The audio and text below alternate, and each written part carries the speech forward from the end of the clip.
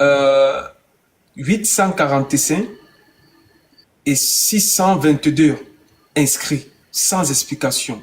Est-ce qu'il est normal que Elekam passe d'un chiffre à un autre sans expliquer qu'est-ce qui s'est passé pour que le chiffre régresse?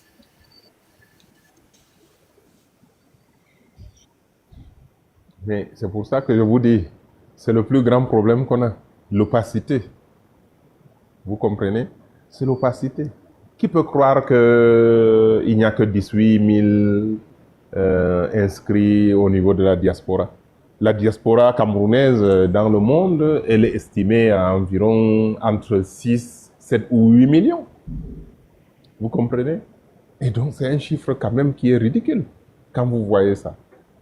Non, on a un gros problème avec Elekam. Et je pense que on ne va pas tout régler avant les élections parce que ils ne vont pas le faire. Et à un moment donné, parce qu'il y a des gens, moi je fais une publication, il y a des gens qui viennent me dire que non, aujourd'hui, on doit être concentré sur la liste électorale nationale. Mais on peut être concentré sur la liste électorale nationale jusqu'en octobre. Hein. Vous comprenez? Et ces gens-là, c'est quand même, ils jouent leur survie. Ils vont toujours multiplier les entraves. En même temps, on réclame des choses et en même temps, on essaie de trouver des solutions pour les contrecarrer. C'est à nous de réfléchir. C'est pour ça que je dis qu'il faut leur opposer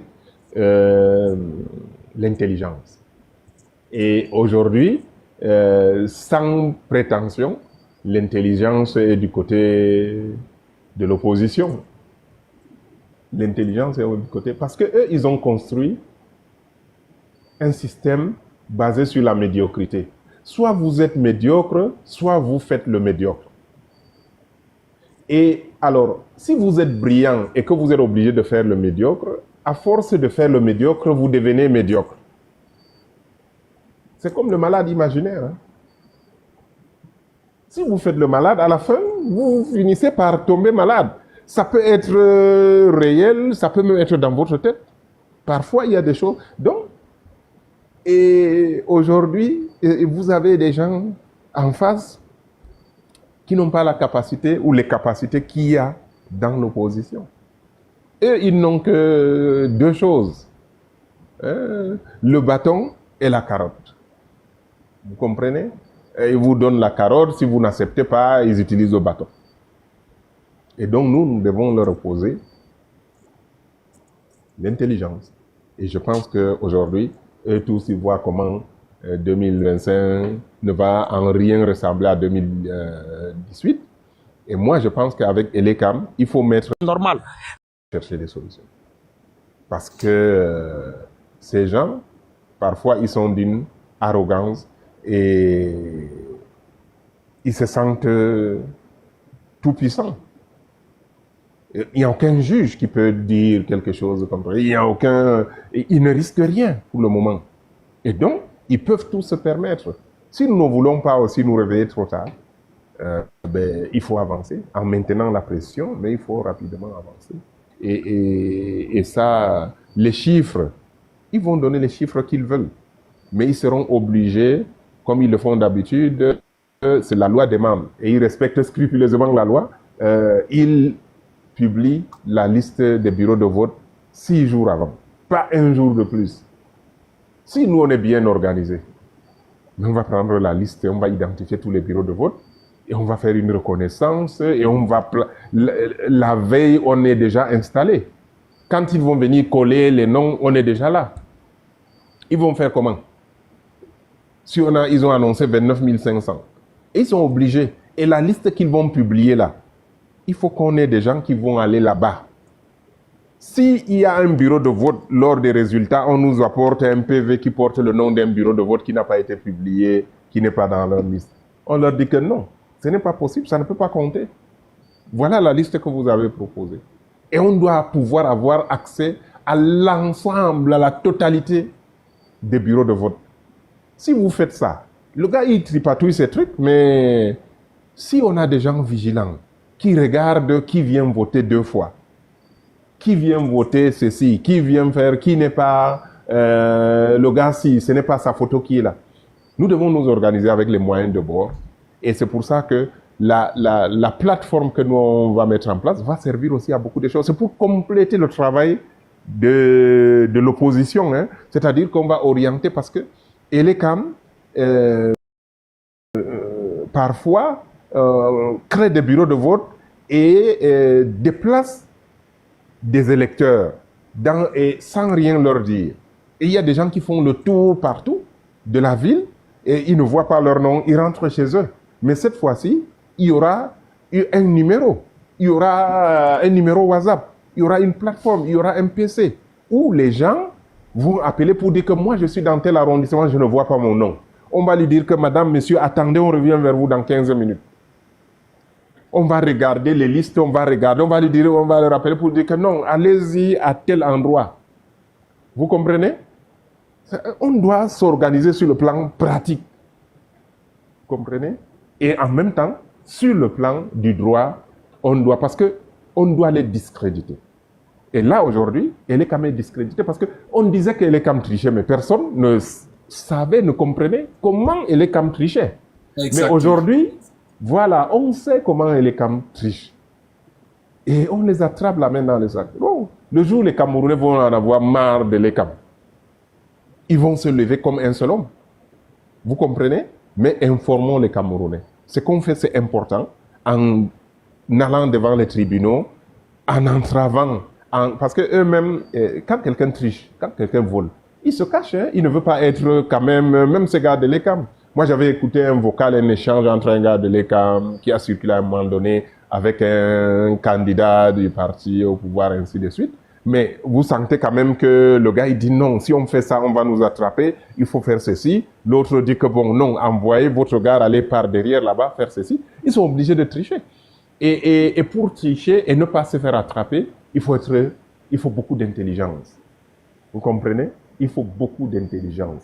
Et moi, je pense qu'il y a plus d'intelligence du côté de ceux qui sont dehors, dans la rue, qui font les mototaxis, qui sont brimés, ceux qui sont en prison, ceux qui sont, voilà, qui ne sont pas comptés dans ce pays. C'est là-bas qu'il y a la matière. Et il suffit seulement d'amener les gens à croire. Et c'est pour ça que moi, j'encourage aussi. Bon, aujourd'hui, ce n'est pas un discours qu'on peut-être, mais une certaine ouverture vers les autres. Et c'est pour ça que nous, on a lancé, on a dit, nous, du Nord, vous nous accusez de maintenir le pouvoir en place. Donc, on s'organise pour vous montrer que c'est fini. Ils ne vont plus ici, là. Voilà. Et on vous dit, vous aussi, qu'est-ce que vous faites? Mettons-nous ensemble. Vous comprenez, non? Et c'est comme ça aujourd'hui. Justement, voilà. Vous avez dit, il faut maintenir la pression, mais il faut surtout trouver des solutions. Voilà. C'est dans l'optique de trouver des solutions que M. Abdourahmane, vous avez certainement, ou alors vous en êtes le représentant de la plateforme partisan du changement du Grand Nord. Monsieur Abdourahmane, en quoi consiste cette plateforme mise sur pied et représentée par vous? Est-ce que vous pouvez dire plus ou en dire plus concernant cette plateforme aux Camerounais qui nous écoutent? D'abord, je voudrais dire que ce n'est pas moi le représentant. On a fait une réunion. Il y a 3 représentants qui ont été désignés et je ne suis pas parmi ces 3 représentants. Vous avez Maître Ablaye Harissou, qui est aussi un notaire à la retraite aujourd'hui. Vous avez Madame Sawada Rive, qui est Martine Sawada Rive, qui travaille au plan international, qui est une fonctionnaire internationale. Et vous avez Monsieur Paul Samangassou, qui est le 3e représentant, par ordre de préséance. Il y a des gens qui vont représenter, mais quand vous lisez l'appel, c'est un appel à un sursaut républicain national, dans le cadre de l'élection de 2025. D'accord. Chacun au Cameroun vient de quelque part, je l'ai dit. On vient de quelque part. Moi, je suis né à Garoua, mes parents à Garoua, voilà, ma vie est là-bas, je suis parti de là, je suis venu à Yaoundé, parce que c'est la capitale du Cameroun. Voilà. Mais sinon, moi, j'étais dans, bon, on dit la brousse, mais bon, Garoua quand même, c'est pas. Mais je viens de là. Ma famille est là-bas, j'ai grandi là-bas. Je suis né là-bas, je grandis là-bas, je connais les réalités de là-bas, je savais ce qui existait avant et je sais ce qui est là maintenant. Et je ressens le mal-vivre de mes parents, de mes frères, de mes amis. Voilà, parce qu'il y a ce vivre ensemble. Contrairement à ce que les gens disent, on n'est pas divisé. On cherche à nous diviser. Nous, on n'a jamais fait de différence avec nos frères chrétiens, kirdis.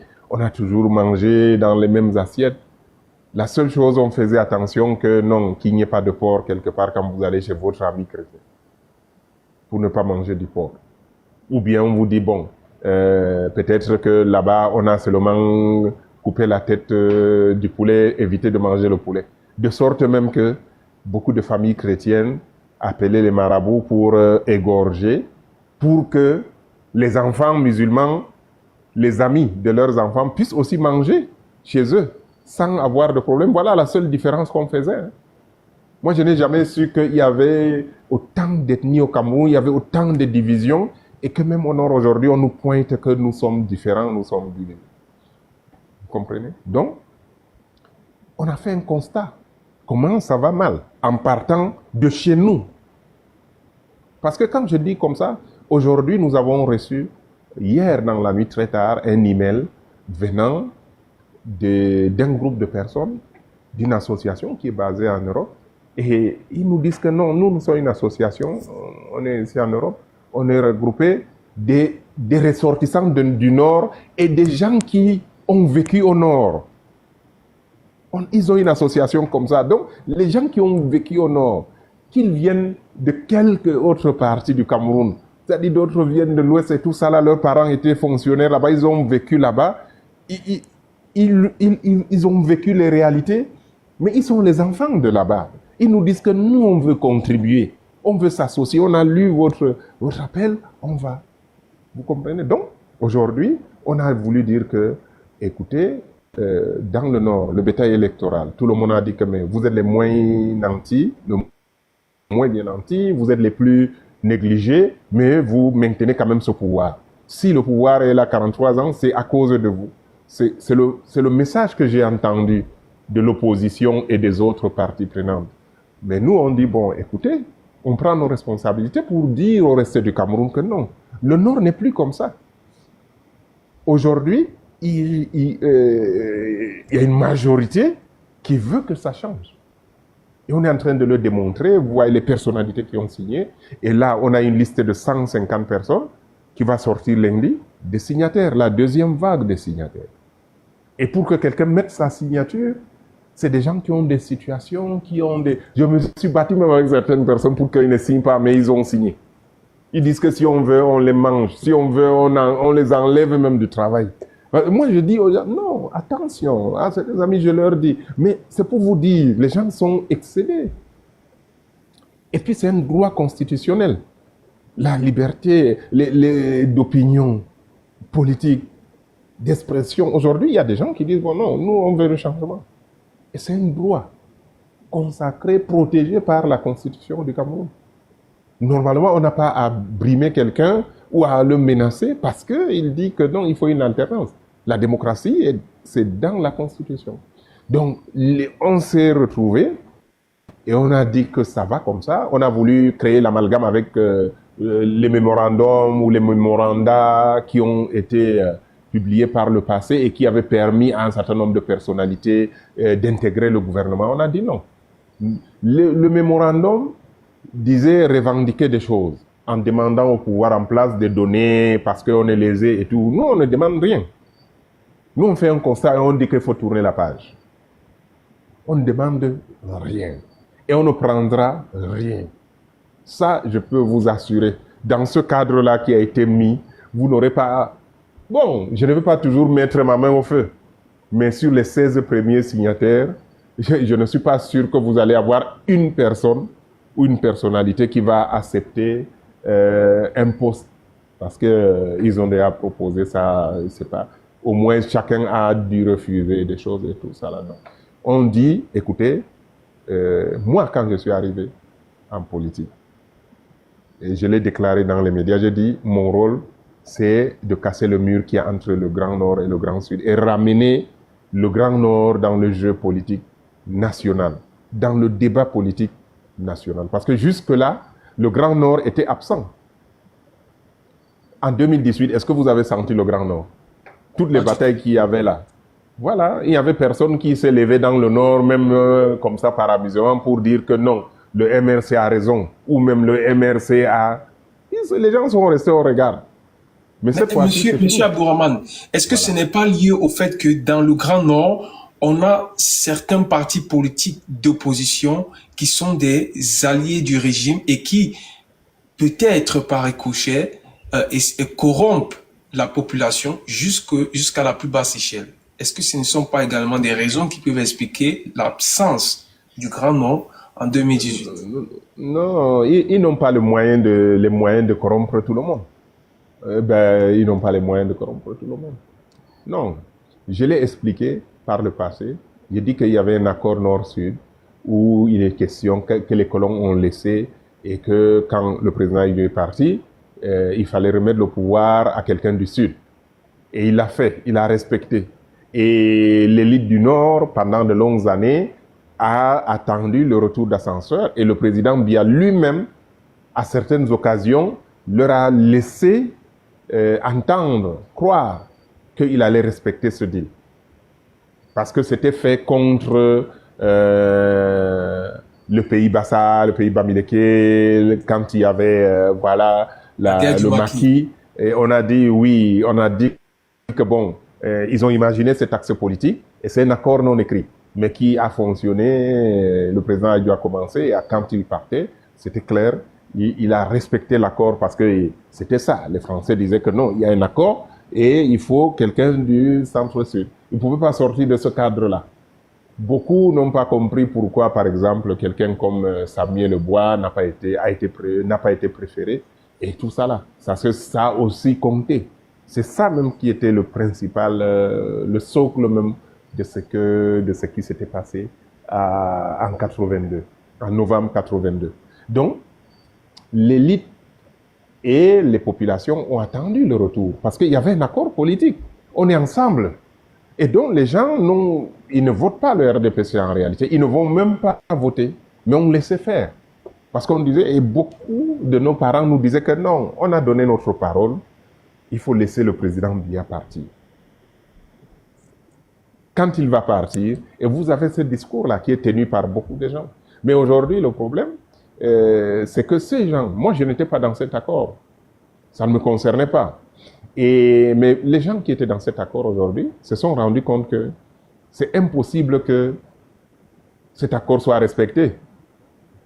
Parce qu'ils voient comment le Cameroun tourne. On se demande que, mais est-ce que le président a encore les capacités d'imposer quelque chose, de diriger normalement et de dire que bon, on respecte l'accord. Donc aujourd'hui, on a des doutes. Qui dirige le Cameroun réellement? Les gens se disent que bon, les gens qui avaient même l'habitude d'avoir quand même des contacts directs ou indirects, ils n'ont plus ces contacts-là. Donc tout le monde a compris que cet accord, pardon, je vais terminer, tout le monde a compris que cet accord n'était plus à l'ordre du jour. Et du coup, ça aussi, ça a joué. Pour une première fois, je pense, cette élite, entre guillemets, politique, et les populations se rejoignent en disant que bon, vous nous avez demandé d'attendre, on a attendu pour rien. Regardez, maintenant, il est en train de partir, mais voilà, ça, et on n'aura rien. Et moi, je ne suis pas pour, je ne vois pas les choses de cette manière, parce que cet axe nord-sud, c'est comme ça qu'on l'appelle, hein, officiellement et ça s'est fait sur le dos des Camerounais, d'autres régions. Et ça ne doit plus être comme ça. On doit mettre fin à ça. Et aujourd'hui, je pense que c'est un accord qui est mort de sa belle mort. Et les jeux sont ouverts, oui, ouverts. Aujourd'hui, le Grand Nord va devoir, ne sera plus la chasse gardée de quelqu'un. Et s'il y a un jeu politique, écoutez, à l'élection présidentielle, le Grand Nord va voter massivement pour la personne qui va, incarner ses aspirations et à laquelle elles auront confiance. Ça ne sera plus l'attentisme et la répétition. Ça, c'est fini maintenant. Donc, c'est dans cette optique qu'il faut comprendre pourquoi le renouveau appelait le Nord la fille aînée du chef de l'État. Non, c'est pas ça. C'est pas ça. On appelle l'extrême Nord la fille aînée du renouveau parce que tout simplement, vous savez, le Grand Nord, c'était une seule région. De Bagno à Kousséri, c'était la région du Nord. Quand le président Biaye est arrivé, il a segmenté. Vous comprenez? Donc, il y a eu donc maintenant l'Adamawa qu'on a créé, on a gardé le Nord un peu, et puis on a créé donc, ils estiment qu'il a commencé les 4 régions qu'il avait créées. Hein? On estime que c'est l'extrême Nord qu'il a créé en premier. Et donc, c'est pour ça qu'on dit que c'est la fille aînée. C'est la première province qu'il a créée quand il est arrivé. Et donc, on a entretenu ce discours-là parce qu'on a montré aux gens que, mais écoutez, le président Ahidjo vous a embrigadé. Toute cette vaste région, ce n'était qu'une seule région qui répondait à Garoua. Et le pouvoir islamo-peul, l'influence islamo-peul, aujourd'hui, bon, à Ngaoundéré, vous avez là, maintenant, vous avez votre indépendance. Et c'est comme ça qu'ils l'ont compris, hein. Moi, j'ai eu à discuter avec, il est déjà, paix à son âme, un richissime homme d'affaires qui m'a dit que quand on a créé les régions, il y a une délégation de l'Adamawa qui allait le voir. Il avait une salle de cinéma qui s'appelait le cinéma Le Nord en Ngaoundéré et ils sont allés le voir. Ils lui ont dit, bon, maintenant nous avons notre indépendance. Il faut changer le nom de ta salle de cinéma. Ça ne doit plus s'appeler le cinéma Le Nord. Et lui, il a dit, bon, moi, il m'a raconté, il me dit que non, il leur a dit qu'il ne va pas changer. Ce qu'ils disent à leurs enfants de ne pas aller dans cette salle de cinéma-là. Ils sont rentrés et ils ont créé donc la salle de cinéma La Damawa. Et c'est comme ça que le cinéma Le Nord est mort. Et à Maroua, dans l'extrême nord aussi, on a montré aux gens que bon, fini la domination. Maintenant, vous êtes indépendants. Vous êtes, voilà, vous avez votre région, vous allez administrativement. Donc, c'était politique. C'était quelque chose pour diviser et tout ça là. Voilà un peu d'où vient le nom de... Parce que les gens estiment que donc, c'est la première province qu'il a créée. Mais en réalité, donc, ça répondait à un impératif. Parce qu'il fallait diviser pour mieux régner. Et on a vu. Voilà, le Nord, ils ont voulu opposer les Kirdis aux islamophiles, aux musulmans, ceci. Oui, tout n'était pas parfait sous le président Ahidjo, mais avec nos frères Kirdis, nos frères des autres ethnies dans le Grand Nord, parce qu'il n'y a pas que les Kirdis, on ne peut pas ramener tout le monde à l'intérieur de ce qu'on appelle les Kirdis. Mais on vivait en paix. Hein. Il y avait des problèmes entre les agriculteurs et les éleveurs, mais ce n'était pas un problème ethnique, ce n'était pas un problème communautaire. Oui, certaines communautés font beaucoup plus dans l'élevage que d'autres, et puis d'autres font beaucoup plus dans l'agriculture. Mais c'est des problèmes qu'il fallait résoudre, et c'est des problèmes ça existe partout dans le monde entier. Ces conflits qu'il y a d'intérieur. Mais voilà. Donc aujourd'hui, il y a quand même cette prise de conscience politique dans le Grand Nord qui fait que cette division qu'on a voulu, qu'on a créée et qu'on a imprimée, qu'on a implémentée, qu'on a imposée pendant des années, ces divisions sont en train de disparaître parce que les gens ont compris que bon, écoutez, quand vous êtes malade, vous allez à l'hôpital. On ne voit pas que non, vous êtes Kirdi, vous êtes Peul, ou bien même vous venez de Yaoundé, ou votre village est à Anfou, je ne sais pas. Non. Il y a un hôpital qui ne peut pas soigner, mais les gens meurent. Même si vous êtes qui? Même si vous êtes même le gouverneur. Vous arrivez à l'hôpital, s'il n'y a pas de choses, on va vous soigner comment? C'est les médecins. Vous n'avez pas de spécialistes. Les routes sont mauvaises. L'économie ne fonctionne pas. Ah, mais ça impacte tout le monde. Vous comprenez, les enfants s'asseyent sur la paille, sur le sol.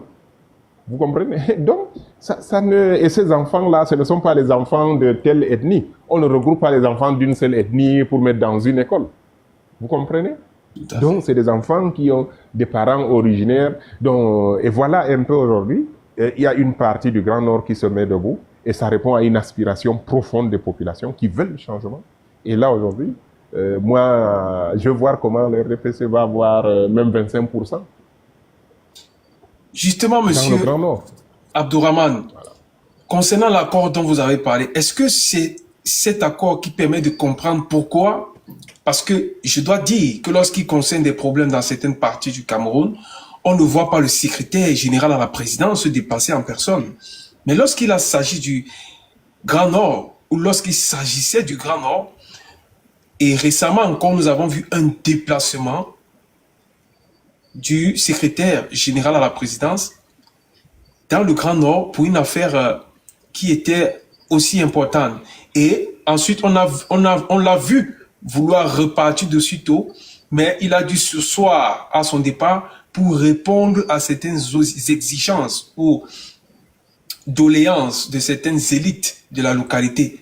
Est-ce pour cela que cet accord, est-ce que c'est ça qui permet également de mieux comprendre pourquoi le SG, une personne aussi imminente, est lui-même allé dans cette partie du pays? Bon, c'est un peu normal, hein. Avec la catastrophe qu'il y a eu là-bas, quand même, c'était quelque chose d'extrêmement grave. Vous avez vu, il y a des milliers de familles qui ont tout perdu. Normalement, dans un pays normal, c'est le président de la République qui doit se déplacer. Et on était dans une situation de catastrophe majeure. Bon, ce n'était pas un tremblement de terre, mais c'était quand même, quand vous voyez les dégâts qu'il y a eu là-bas, et ces tensions, c'est parce qu'il y a tellement de défaillances. C'est parce que les gens sont excédés. C'est quand même une scène qui était... C'était ahurissant. Mais monsieur Abdourahmane, on a pu voir aussi il y a des quelques... catastrophes. On a pu observer aussi des catastrophes dans certaines zones du pays, mais on n'a pas vu la représentation imminente du SGPR. Écoutez, je ne suis pas en train de faire le parallèle. Moi, je prends le cas du Nord, de l'extrême Nord, de toute la région de Yagua, dans le maillot d'Anaï, avec tout ce qu'il y a eu. Et ça, bon, je ne peux pour... Je dis en principe, quand il y a des problèmes d'une telle ampleur, il y a une catastrophe d'une telle ampleur, quand il y a une catastrophe d'une telle ampleur, normalement, l'État doit se mettre en mouvement et le chef de l'État, normalement, devrait se rendre sur place. Donc maintenant, je parle du Grand Nord. Alors, je vois qu'on est en pause. Et, non, il y a eu un petit... Je vois qu'on... Oui, d'accord. Donc, je dis bien que pour l'extrême Nord, moi, je pense que c'est normal qu'il y ait un déplacement de ce niveau. Et certainement, dans des cas similaires, s'il y a eu des cas similaires dans le reste du Cameroun, en tout cas cette année 2025 ou en 2024, je sais que au niveau de la falaise de Tchang, il y a eu un problème. Mais bon, qu'on ne minimise pas. Mais l'ampleur n'est pas la même que ce qui s'est passé dans la région de l'extrême nord, dans le département du Mayo d'Anaï, et qui va juste, c'est un problème, ce problème d'inondation va jusqu'à Kousseri, jusque dans le Logon et Chari. Vous comprenez? Et donc ça, il est allé, et je vous dis, vous avez vu comment les gens ont fait. Vous avez vu des papas qui ont... Quelqu'un a même demandé, mais le président lui-même, il est où? Et l'autre a dit, mais tirez sur nous. Et ils ont empêché l'hélicoptère de décoller. Et ça, c'est même, sont des militants du RDPC. Hein. Ce ne sont pas des gens de l'opposition. Donc c'est pour vous dire un peu, même si le lendemain, ils ont relativisé, parce que c'est comme ça, c'est la politique. On vient dire que bon, il y a eu des malentendus, voilà, c'est fini maintenant. Pardon, les gens ont parlé d'enveloppe, mais moi je ne crois pas. Ce ne sont pas les enveloppes qui peuvent faire ce genre de choses.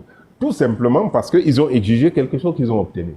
Ils ont demandé à monsieur le secrétaire général de la présidence de ne pas partir. Et il n'est pas parti. Il a dormi et il les a reçus. Vous comprenez?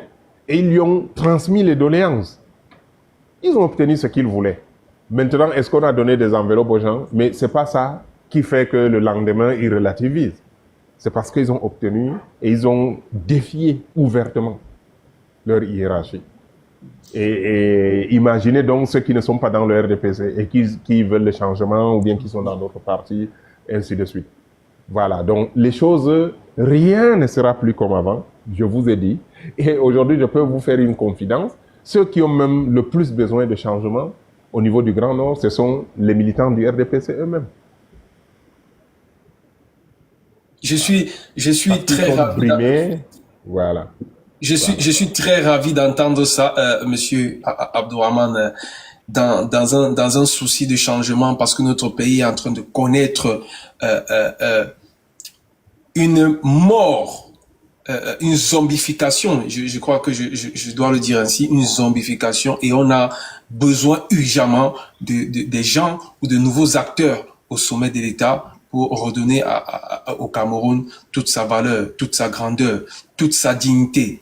Nous allons, avant de passer à probablement à l'avant-dernier exercice de notre débat, de parler des 16 000 scrutateurs dont vous voulez le recrutement de près de 60 000, vous voulez dire 60 000 scrutateurs. Surveillant de vote. Exactement. Oui. Merci pour le rappel, Monsieur Abdourahmane. 60 000 surveillants dont vous voulez mettre en place. Est-ce que, Monsieur Abdourahmane, vous pouvez éclaircir la lanterne afin de mieux comprendre cette affaire de 60 000 surveillants? C'est ce que je disais tout à l'heure. En 2018, on a bien vu qu'aucun parti politique, y compris le RDPC, n'avait tous les PV. Aucun. Le RDPC avait les PV parce que Elekam, parce que les sous-préfets, parce que. Mais le RDPC lui-même, en tant que parti politique, n'avait pas tous les PV. Vous comprenez? Et ça, c'est une faiblesse majeure. Donc, combien de fois les partis politiques? On voit bien qu'aujourd'hui, chaque parti politique est quand même fort quelque part. Même le RDPC. Hein? Mais aujourd'hui, là, je ne suis pas sûr que le RDPC, dans tout le Grand Nord, dans tous les bureaux de vote, vous allez avoir des gens qui vont surveiller le vote pour le compte du RDPC. Et tout comme aussi le MRC, aussi bien organisé qu'il soit, je ne suis pas sûr que vous allez avoir des militants partout et des scrutateurs sur les 29 500. J'ai vu qu'il y a un travail qui est fait. Il y a une volonté pour corriger ce qui s'est passé en 2018. Donc, et nous, on s'est dit, on peut compléter ça. On va créer une sorte de base de données, une sorte de banque de données avec des surveillants. Si le MRC se rend compte qu'il y a des coins au Cameroun où ils n'ont pas de gens sûrs, ils savent que les hommes d'honneur sont là. Ils peuvent nous dire, écoutez, il y a 50 bureaux de vote là dans tel arrondissement, est-ce que vous pouvez nous envoyer 50 noms? Parce que nous, on n'a pas la possibilité d'envoyer les gens directement dans le bureau de vote. Vous comprenez? Et c'est la même chose si un autre parti politique qui veut le changement, hein, parce que nous, on ne travaille pas avec les gens qui ne veulent pas le changement. Donc, on s'est dit, voilà, le problème qu'il y a, et ce que moi, j'avais attiré l'attention des partis politiques, jusqu'à récemment, très récemment, au sein des partis politiques d'opposition, le rôle de scrutateur a été dédié, je peux dire, aux gens qui sont au bas de l'échelle, aux garçons de course. On dit, toi, il faut aller surveiller là-bas, alors que c'est quelque chose qui doit... Mais d'abord, les cadres même du parti doivent être les premiers à être sur le terrain. Parce que si vous prenez quelqu'un qui est dans le parti et que, bon, parfois, il a du mal, il peut passer tout un mois, il n'a pas vu la couleur d'un billet de 10 000. Un gars au quartier qu'on a pris comme ça, à la dernière minute, vous demandez d'aller surveiller. Mais un gars là, on le dépanne. Et puis c'est fini. On lui dit, va manger un bout, tu reviens. Il revient ici, il ne peut vécu. Et ça, cette faiblesse, par le passé, il y a eu ça. Je ne sais pas si ça va se répéter. Est-ce que le MRC va former 30 000 scrutateurs qui vont être présents dans tous les bureaux de vote et être en mesure de ramener les résultats? Si ça se fait, mais ce serait une chose extraordinaire. Mais nous, on s'est dit que, vu qu'il y a une faiblesse là-bas, il faut peut-être mettre quelque chose de neutre. Et cette idée, je l'ai eue. Pourquoi j'ai persisté dans cette idée? C'était lors d'une émission. C'était La vérité en face, l'année dernière, au mois d'avril. Alors, j'ai essayé d'exposer en disant que, bon, écoutez, moi, d'abord, l'idée, c'est que moi, je me considère comme un homme d'honneur. J'ai été confronté à des choses incroyables. À un moment donné, dans le football, là, même si j'ai dit, mais ramenez-moi tel nombre de milliards, on va me ramener ça dans le sac Banjok, chez moi à la maison. Mais maintenant, là, si je dis que dans le football, là, bon, moi, le combat, là, ça me suffit, hein, vraiment, bon, venez, on parle. Je peux obtenir beaucoup de choses. Donc, on m'a proposé tellement de choses, j'ai refusé pour l'intérêt du football, pour l'intérêt commun. Et ce que moi, je peux retirer du combat que moi, j'ai mené au niveau du football, c'est ça. C'est l'image de quelqu'un qui ne se vend pas, qui a fait preuve d'une intégrité sans faille. Je me revendique être un homme d'honneur.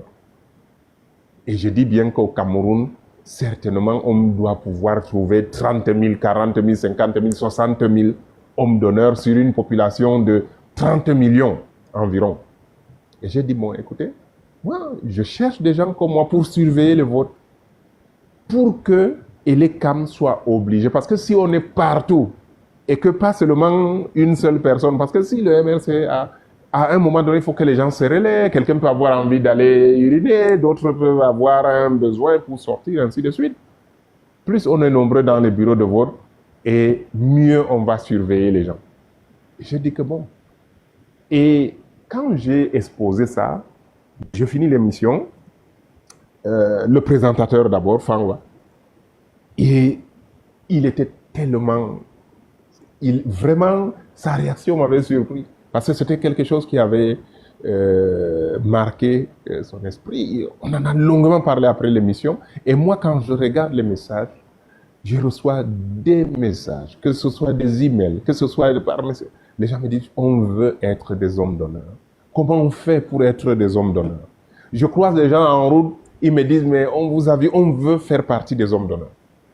Je dis, ah, ça veut dire que c'est quelque chose qui peut... Et alors là, on a travaillé encore dessus pour mettre cette plateforme et tout ça là. Et aujourd'hui, on va lancer ça le 1er mai. Et c'est ça l'idée de dire aux gens, politique Nandjangi, comme disait Feu Achidi Achou, ancien Premier ministre, c'est que vous venez, travaillons ensemble, créons, réalisons l'alternance, aidons à réaliser l'alternance pour changer notre pays. Et on ne dit pas à quelqu'un qu'il va avoir même 100 francs de taxi. Tu viens avec ton agent de taxi, tu viens avec ton bout de pain, avec ta petite bouteille d'eau, et tu t'investis et tu investis. Parce que c'est toi qui payes ton transport, ou bien tu prends ton véhicule, ou bien tu prends ta moto. Tu viens. Il n'y a pas une affaire d'argent là-dedans. Parce que moi, j'ai vu des partis politiques, dans les rubriques des dépenses, on met, bon, scrutateur, 1 milliard, 2 milliards. Non, vous ne pouvez pas payer les gens parce que si c'est une affaire d'argent, vous donnez 50 000 au gars, les gens en face peuvent donner 100 000. Vous donnez 100 000, ils sont capables de donner 200 000. Ils ont la caisse de l'État. Vous comprenez?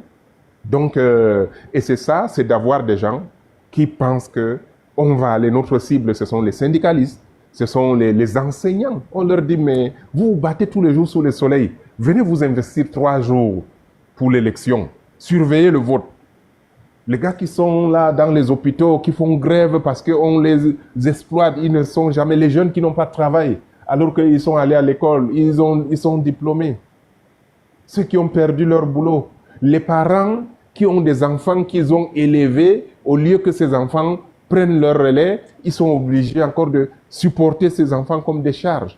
Ces parents-là, il y en a qui ont la force de se lever pour venir s'asseoir Donc on est en train de, au-delà, par-delà les partis politiques.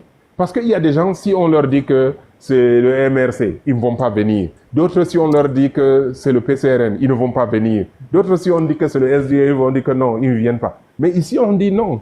Moi, je leur dis, bon, c'est moi que vous voyez comme ça. Moi, je ne suis pas dans un parti politique et je veux qu'il y ait un changement et je suis déterminé.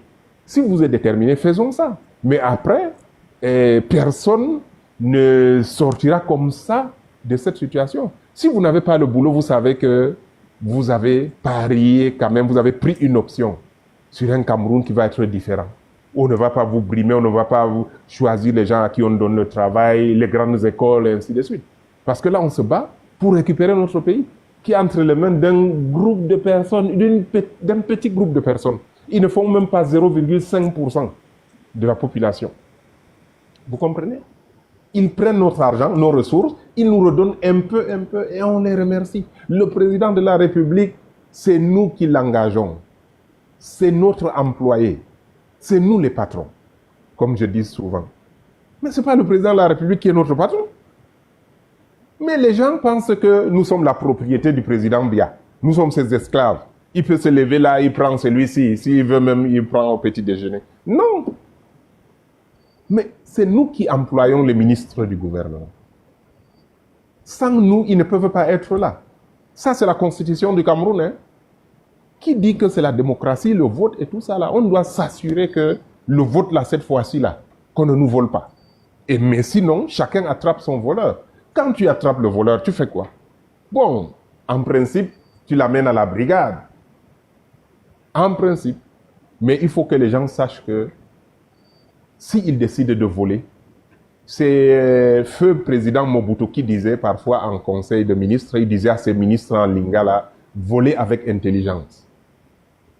Il leur disait ça, voler avec intelligence. Parce que je disais, pour voler, il faut qu'on les oblige, et les Cam est obligé maintenant de trouver autre chose.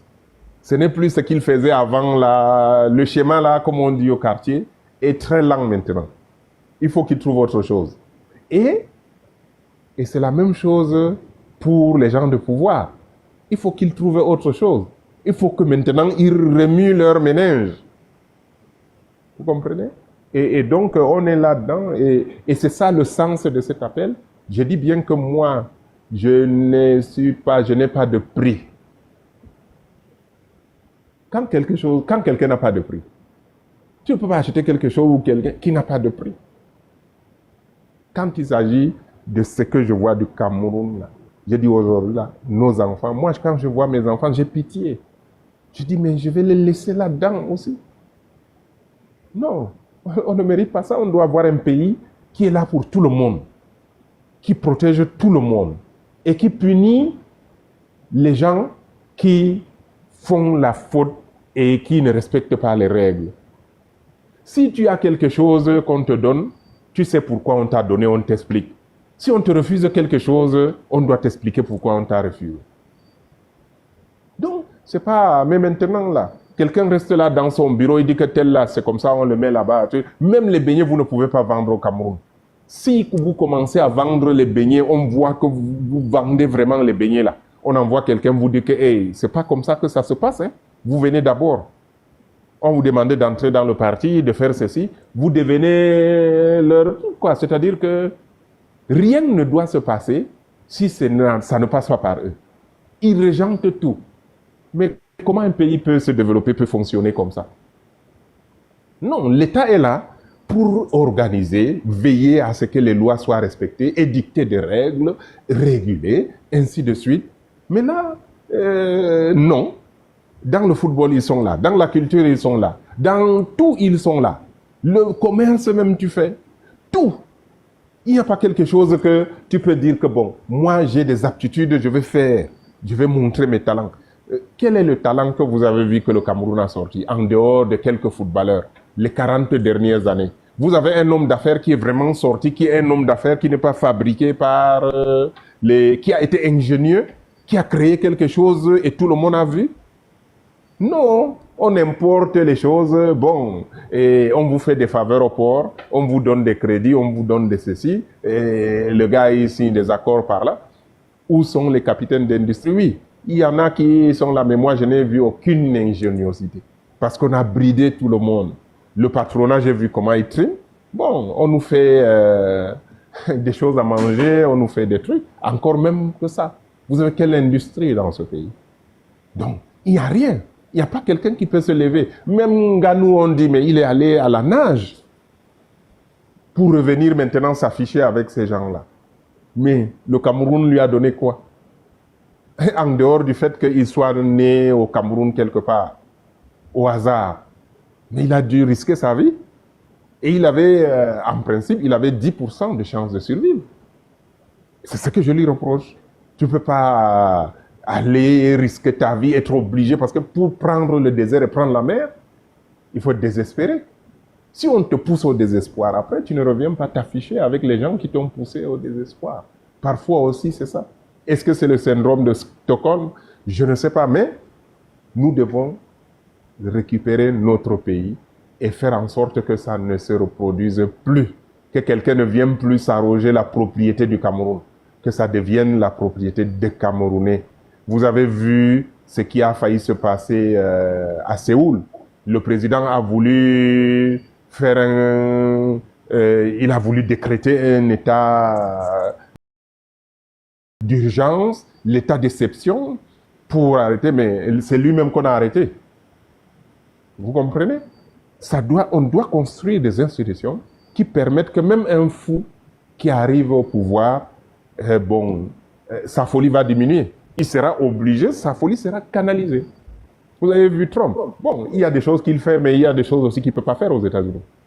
Tout à fait. Voilà. Alors, je pense que M. Abdourahmane a apporté tout au long de cet échange énormément de réponses à beaucoup de préoccupations. Mais au-delà de ça, j'aimerais dire que le Cameroun, victime des parricides, des homicides, des infanticides, des féminicides, des fratricides, des génocides, victime même du tribalisme, du favoritisme, du népotisme, du clientélisme, chapeauté par la mauvaise gouvernance, doit changer cette année. Et pour que ça change, il y a un prix à payer, M. Abdourahmane l'a dit, c'est d'être des hommes d'honneur. Cette année, vous êtes tous appelés à être des hommes d'honneur. Je vous remercie énormément pour des questions, pour des éléments que vous avez apportés à nos attentes, M. Abdourahmane. Et je vous propose de passer à l'avant-dernière phase de cet exercice, qui est celle des questions.